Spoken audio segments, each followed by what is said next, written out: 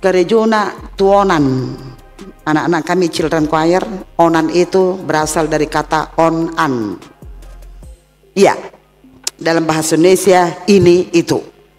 Jadi kalau ada orang kepekan, onan itu, onan dalam bahasa Batak, lalu bahasa Indonesianya pekan, bahasa modernnya bahasa kota.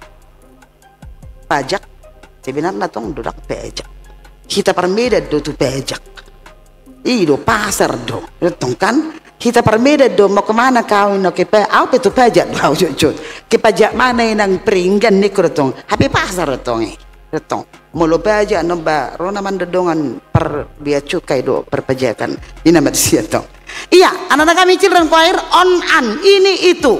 Jadi karena di pekan itu banyak yang mau dibeli, banyak mau dilihat on-an, makanya orang Batak maronan, maronan, kepekan.